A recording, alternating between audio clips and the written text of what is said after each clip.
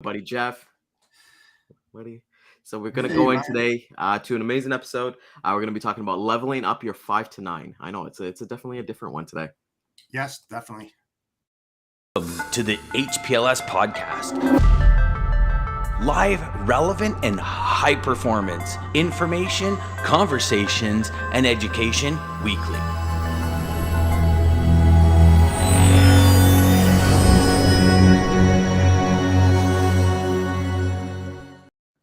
And always there without fail. Good I morning, said, Lisa.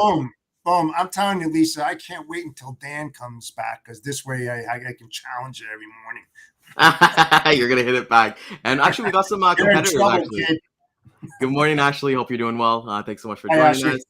us. Damon, good morning, brother. Always a Hey, pleasure to see Daman, you. how are you, sir? Awesome. So I think here's my sister. She's coming in late. So for the fourth one, good morning, How Ryan. are you? From there. So Jeff, normally we kind of bring in a client on Tuesdays, but I think like this is a topic that I really, really want to talk about. And it's something that like even in my own development and things like that, I think it's important for everybody to kind of understand what they kind of look at from the 5 to 9, leveling up your 5 to 9 essentially. So everyone kind of thinks, hey, transportation is 24/7, which it is, right? But Yes. we do have times that we definitely disconnect.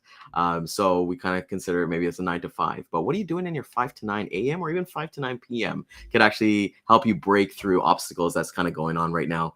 At least kind of brings up here, bring it on, Jeff. So we're gonna kind of see it from there.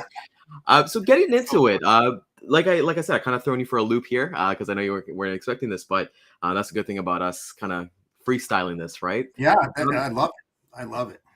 You're before, well, what are you kind of looking at when you're like, let's say when you, not necessarily when you wake up, or what are you kind of doing for like your own personal development? I know you've been in the industry for almost 35 years plus, and Yeah. things like that kind of change. But what's important to you for leveling up, not for yourself, but for your customers as well? Yeah. Well, with myself, and one thing that I've struggled over years is looking at my inner self and taking care of me because I've always been on the service side of the business, whether I was working directly for a company, working for a 3PL, a 4PL, or now myself. I find myself getting totally engaged in what I do because, hey, let's face it, all of us in this industry want to succeed, whatever succeed means to you. It means different things to everyone, right? What our goals and objectives are. And sometimes we just get so entrenched in what we're doing, we just forget about us, And I said about that, about, the benefits from doing so, breaking away, like you mentioned, Ryan, like every hour you make it a point to take a 5-minute break or a 10-minute break, and just get out and go, man, whatever it might be, just to, to re-engage with yourself, to think the next steps. You say level up. It's all part of that, right? Of breaking away what's working, what's not working. And then, having one of these. I mean, I have these all the time.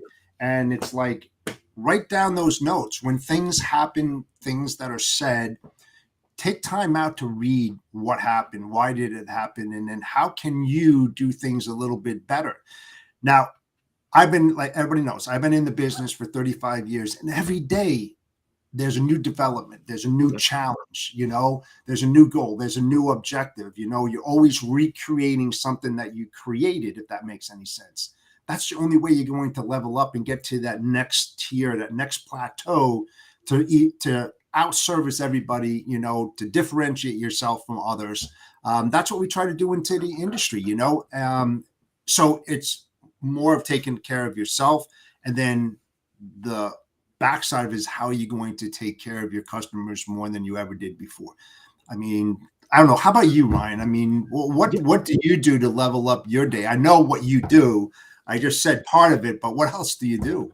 Yeah, no, I think it's like extremely important, like my 5 to 9 routines. And, these are even personal stuff that I do for myself. And so you're so right talking about how the industry, it changes every day. Like I woke up this morning and, hey, we're reading news about Hurricane Ian. And I'm pretty sure we'll talk with Dean with that tomorrow on the impacts. Definitely. And like the vaccine mandates being dropped from Canada, right? And those are brand new things, right? And it's like, oh my God, I couldn't prepare myself for that. But I think like, okay, so my 5 to 9 a.m. routine, and it's really important for me to, like, let's say when I wake up in the morning, take my dogs out and stuff like that, but get some alone time for myself. It's like really priming myself for the day. Just like you kind of got it. I've got a to do checklist here that I come in every morning and I do it for myself. But my day, honestly, it's different for everybody. But my day starts off with prayer.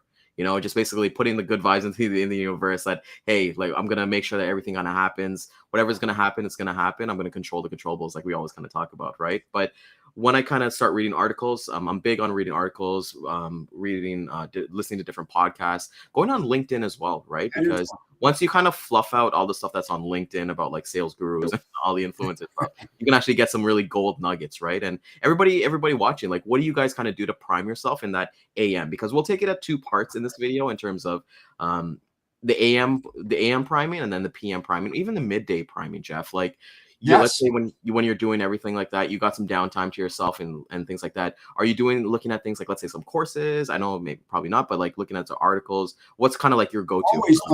Always looking at articles. Always doing research. Like Dean, when he prepares for every Wednesday, for Data Day Wednesday, he just doesn't do it for us. He does it for other podcasts as well, because he's seen on many. He's always trying to have his finger on that pulse. It's so important to have your finger on that pulse. What's going on in the country? What's going on internationally? How is that going to affect the supply chain? And then how is that going to affect your customer, whether indirectly or directly? And then what are you going to put in place in order to offset those issues and problems that are coming down the pike? A long time ago, and you can go back to a lot of my posts, I talked about the what if scenarios. Always look at the what if scenarios. They're so important to do so in the supply chain and logistics industry, because what you're trying to do is create the solution for the possible problem that comes down. We see that every day in the logistics and supply chain. It's how you're going to react and what you're going to put in place to avert that, to help out your customers, reduce their costs, or whatever it might be. So even though it doesn't happen, it might happen. So what are you going to do when it does happen? Those are the things that you should always think. A friend of mine said, also my father-in-law, it's the things you don't think of that are going to happen. And then the reverse. When you think something's going to happen, it never happens, But when it does, and you're not prepared for it, you're going to be in problems. You're going to have problems. So. Yeah, 100%. I completely agree with that. Like, I kind of got a saying too, like, hey, like, anytime I got orders that are like, let's say $50 margin or something like that, those are the ones that kind of take up most of my time, right? And the ones that, hey, my customers are service and I'm using a good carrier and everything like that. It's definitely going from there. Daman brings up a great point here that I really, really love, is that, so true, Jeff. I think that many top performers get so engaged to a point that they're consumed in getting the job done. And that's so important, because everybody has metrics. Everybody's different. Like, I know some people are cradle to the grave. Some people have an ops team and a customer service team. So it's kind of, time is of the essence. It's all about serving the customer without fail. I'm guessing keeping the awareness to take care of, let's see here, of ourselves, and setting reminders to do something for ourselves every so often. That's important. Self-care and balance instead of risking burning out. I wish I could clap for that. Like, that is so important. That's one of the best things, like, I think I saw this morning where, like, unless you take care of yourselves, you can't take care of other people. Jeff, what do you kind of think about, like, in terms of, let's get into burnout, like, has it been like, we all go through burnout? Is there a time that you faced burnout, and what did you kind of prep yourself not to face that going forward? It's I'm trying to think about this, because this is definitely ad hoc questioning. Burnout. So when you're in a position of management, sometimes you think that other people can't do things better than you. So you take on all that responsibility, and you put yourself in that mindset. You create that stress inside by saying, I've got to do this, I got to do that, I got to do this, I got to do that. But it's such the wrong way of doing things, because it shows that you don't have confidence in your people and what they do and how they do it. You have to change that mindset and delegate those projects, and not micromanage, but help them get to that goal and objective by telling them where they need to go, not how they need to get there. Let them, create that and self-develop themselves, because that's going to help them in their career. And that's going to decrease your burnout, because when you start thinking, when you're managing large operations and revenue and transportation and fleets and all of that, it could overwhelm you rather quickly. It really can, because you're in a position of power. All the decisions that you make are going to impact everybody, not just your customer, but all the customers that your customer faces as well, your people. So you really have to disengage yourself from that and think of a more creative way to empower your people and bring your people into that inner circle. Because in most cases, what I found out over my career is that they know more than you do, because they're in the damn trenches all day long, finger on the pulse, putting things, doing this, doing that. And once you do that, that stress level, that burnout is going to decrease. You have to understand, you cannot do everything. Your mind says you have to, but you can't. It's going to affect you physically and mentally. And then what's going to happen? It's going to affect your associates, your subordinates, your report tos, your customers, because you start venting all those issues and problems that you don't really realize. So, think about that. Think about the delegation. It saved me. I was like that. I'll be honest. When I first started out, nobody could do it better than me. And I struggled, and I just took on everything that I possibly, because I had something to prove. Did it help me in my career? Yes, it did. Over time, did it affect me physically and mentally? Yes, it did. But I got to a point where I said to myself, I don't give a shit. Literally, I say it in the most positive way, because that's how I broke away from that and started delegating many, many years ago. And it worked out. It worked out very, very well. Let's put it that way. So, and that's, you know what? Yeah, no, that was perfect. I was gonna say, it trickles down to everything, family life as well. And that's like, for me, when I left my first job, I was cradle to the grave at my first job. And when I went to my second place, I had an ops team there to take care of my shipments and take care of my customers. And I was still being, not necessarily, and it wasn't my fault, like in terms of I was doing this on purpose, but I still wanted to hoard everything. I was like, what? Nobody could do it better than Ryan. And my boss basically pulled me in the office, and he's like, you know what, Ryan? He spelled it out this way. He's like, you've built imagine you made a large pizza, you put your toppings, you put everything there, you bake it, you made the perfect recipe. But we're not here to get Ryan's pizza. We're here to show you what our pizza looks like and basically combine it and get it to a bigger, a better tasting pizza. And I love pizza, so anytime somebody brings any it doesn't like me though. Oh yeah, well yeah, that's what the 5 to 9 is for in terms of there. And delegation is a skill set, and it is. I truly believe that, because at the end of the day, it's not. Because I think, all of us who've been in the situation where we did everything ourselves, we don't want to be that person of we're barking at somebody, we're telling somebody what to do. But there is, and I want to say there's a fine line, because once you delegate properly, it's done. You set it, it's a system you set up, and then you're good to go from there. And I think in terms of talking about burnout here, it's the easiest way for us not to get burnout is just by delegation. And it seems so simple, and we can all get there, and that's what I find is really important. Yeah, and when I say mental and physical, and I said this several podcasts ago, I got high blood pressure from doing that. I mean, my blood pressure was 190 over 110, because I was a mean guy. I really was in my early career.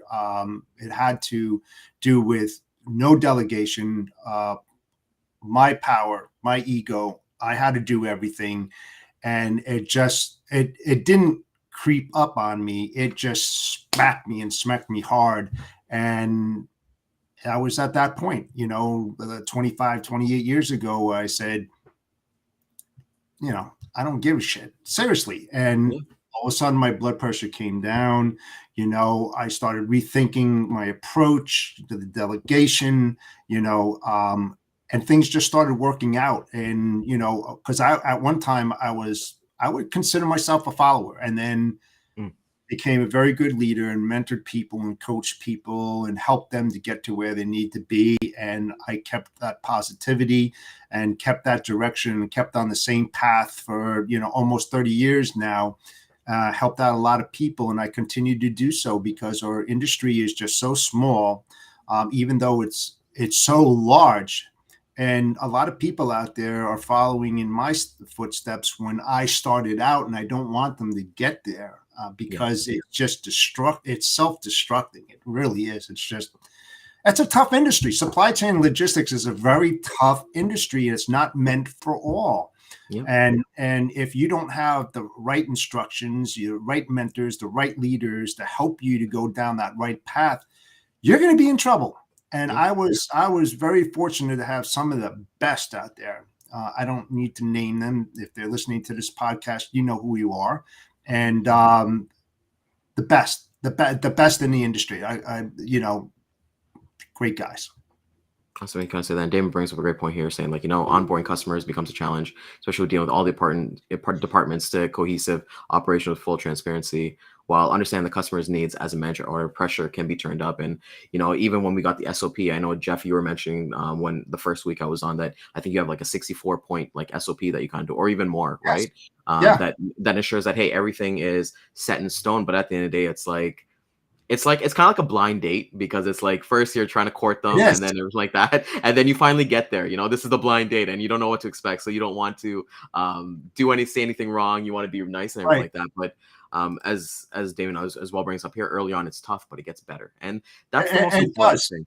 Yeah, and something Damon said, as a carrier, so many moving parts from top management down to the drivers, from sales to accounting, from safety to ops. You see, I understand what Daman is saying, that, and to help an individual become better in their roles in supply chain logistics, you need to start coordinating your business around your carriers. I am carrier friendly. Learn what carriers do, why they do it, how they do it, and how how much you can benefit from understanding how they work, because they have just as many pressures as you, as the customer or the 3PL or the service provider or a broker.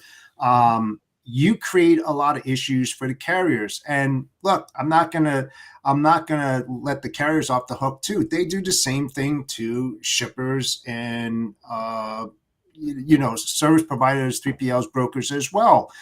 Start talking to each other, learn about the different things and the mechanisms, what makes both sides tick. That's why I have that 64-point whatever when I go out to my customers and stuff. I am the carrier. I want to know all those particulars of how you work. I am going to take that 64-point profile, and I'm going to give it to my carrier, and my carrier, to make their life easier, they won't have to ask those questions at all. Everything they need to know is right there on that piece of paper. From hours of operation to contacts to where all their facilities are, their lanes, everything that they need to know, because that's the proper way of doing business if you're going to build a long-term business relationship. And it's like I said, that eliminates a lot of the burnout. Help each other out. And that's what really important, because I really love that you bring up that topic, because that's really our topic for today: leveling up in your 5 to 9, whether it be AM or PM. Take an hour out of your quote unquote work schedule and go ahead and have those conversations, with your customers, with your carriers and things like that, to understand. And one thing that I've always been a fan of, I always ask a million questions, because it was taught to me very early in my career that the squeaky wheel gets the grease, so there's nothing as a stupid question. And, it's really important to actually go ahead and not act like dumb, or keep it, like you said, keep it simple, right? But you want to understand, hey, 1 + 1 has to equal 2. You don't need to guess about it or anything like that from that aspect. From your so you're doing your AM stuff, you're doing all your research, you're doing all that stuff. When you turn off, when do you start plotting for your next day, the same day? What are you kind of thinking of, like in terms of like your, I want to say like your PM kind of looking at? That's that's funny. Right now I'm plotting tomorrow. I mean, I don't wait for the evening to do that. I know where I am right now. I know what I'm doing this afternoon, and I mean I'm going to a golf outing this afternoon. Again. But now I've got that talking to customers and other associates in the business. But I'm also saying to myself, well, I'm not sitting at my desk. I'm not doing so. What do I have to catch up on tomorrow? Plus tomorrow's business as well. So it's always spinning in my head. Even when I, lay down in my bed or watching television or something, those wheels are constantly always spinning. Mhm. Hey, I had a great day today. How can I make tomorrow better? Yeah. What's working? I'm not really happy, even though I'm doing fantastic. I'm still not. I'm never happy.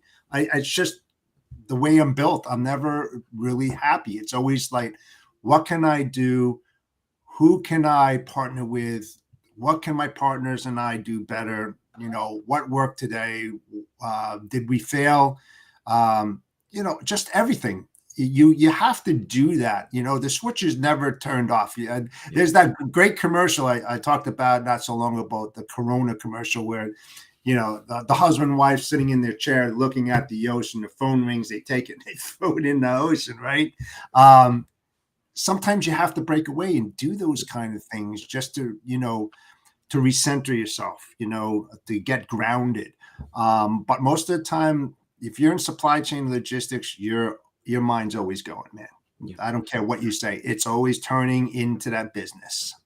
And it's all about having like those healthy habits too, right? Like even for myself, when I turn off, going to the gym, getting that hour, listen to a different podcast. I wish I did that. Things, right? And like I'm lucky, like healthy habits, like eat a clean meal, like just take a walk, go for a jog or something that's gonna get the mind going as well, right? And it's often especially when we're taking walks or like even in the shower, we think of, hey, how could I've handled a different situation better, right? We always have the best answers when the conversation was maybe like 20 days ago, right? So I always find that in my 5 to 9 kind of leveling up is, hey, let me go try a different course. I got the 2 guitars behind me. I'll pick up the guitar and start playing it. Just to kind of get my mind off of logistics and things like that. And as Lisa kind of mentions here, like, do it, Jeff.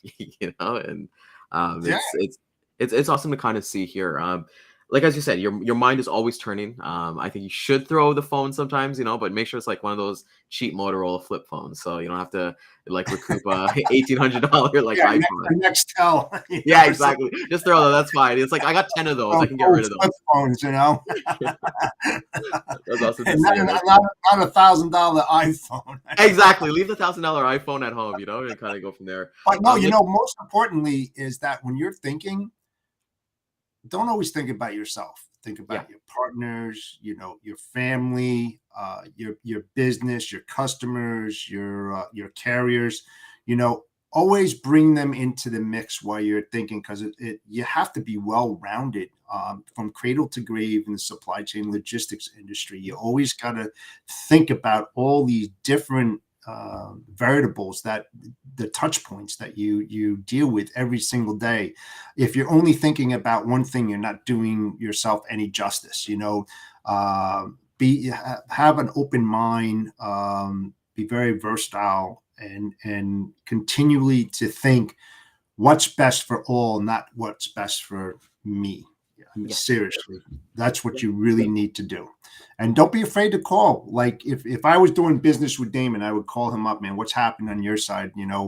How's business or whatever, any of those type of questions, hey, what's working? Hey, how is customer A doing? Do you having any problems or anything like that? Well, they're keeping me sitting there for 3 hours detention, it's lost income. Boom, you call up your customer because you're not there, right? You're like, hey, I understand that. What's going on? And it just, you're always thinking about those things for solutions constantly all the time. You have to.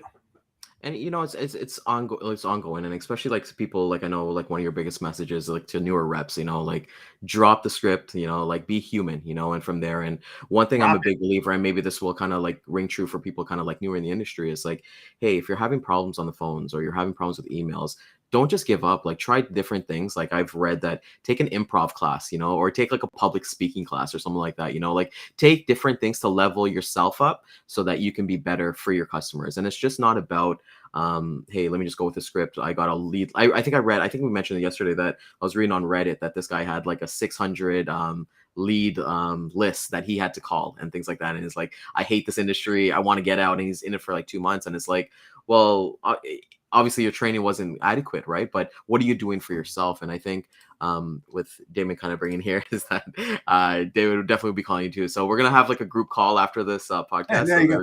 A kumbaya meeting, Kumbaya, there we go. Speaking of kumbaya, let's get into the DAT lane of the day.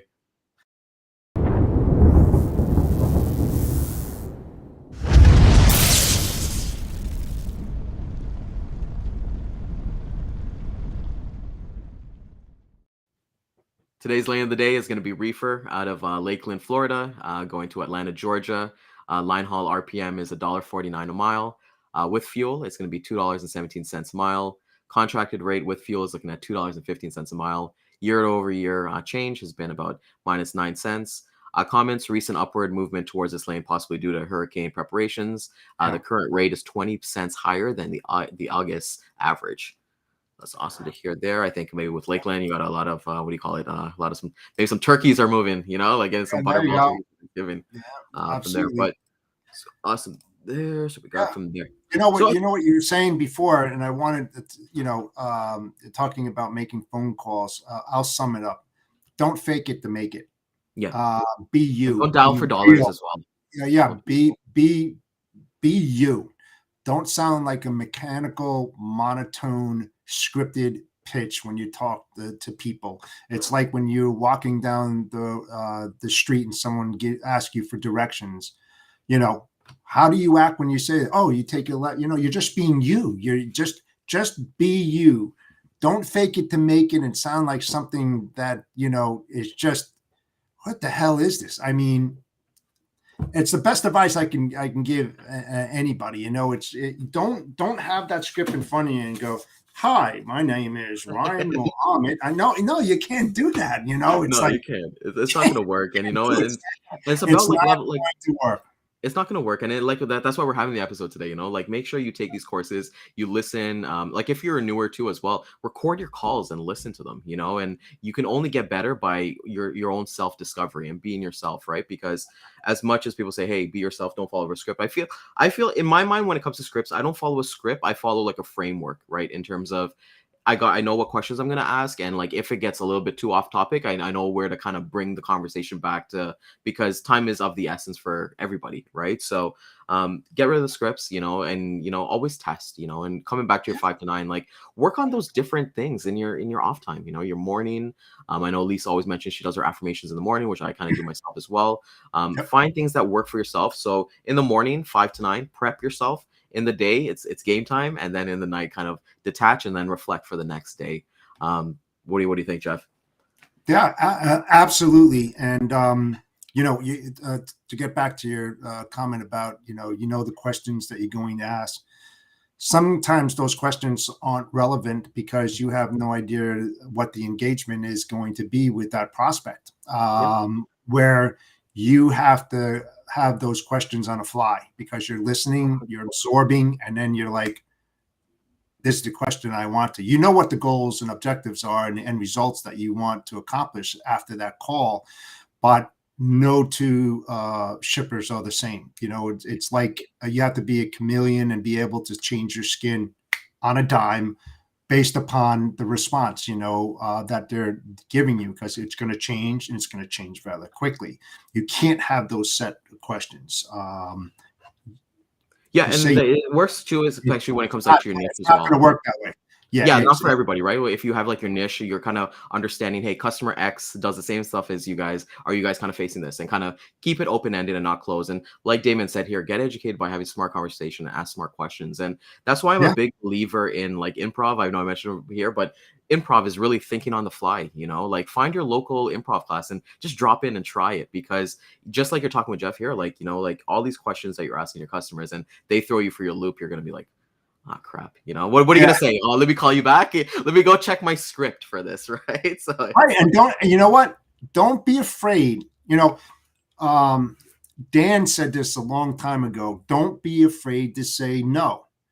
Mm-hmm. Don't BS the customer. If they ask you a question, don't be like that person is like and answer something that doesn't make sense. Say, you know what? No, I don't have that answer for you. But listen, I'd love to continue this phone conversation when you have some more free time. I'm going to look into this because I definitely want to get back to you and talk more about it. Something like that. But don't BS them.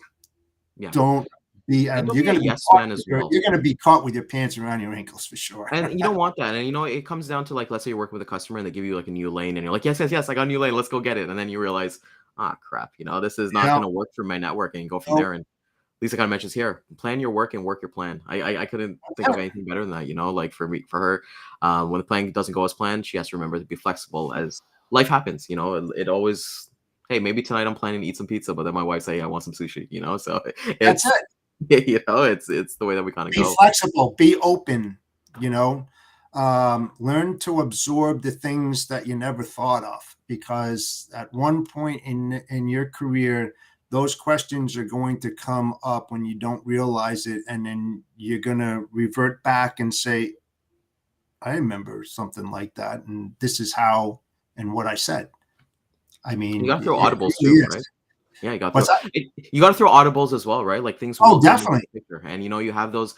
That's why I'm a big believer too. Like you have like customer stories. Like you remember a time that, hey, they ask it in interviews all the time. Name a time that you had a situation and how did you overcome it? You should be thinking those mindsets when you're having conversations with anybody, right? Like even with us talking here, like you're kind of like mentioning your stories. I'm thinking, oh my God, there's a time that I could relate to Jeff in this point of view as well. So just always be an ongoing student. I think that's big for us. And like, honestly, leveling up your 5 to 9 is really, really, really going to take you to where you need to kind of go, because it doesn't, your work doesn't start and stop when you sit down at your desk and then you close your laptop or open your laptop. It really doesn't, so especially in this industry, it's not like any other industry where everything's kind of moving parts.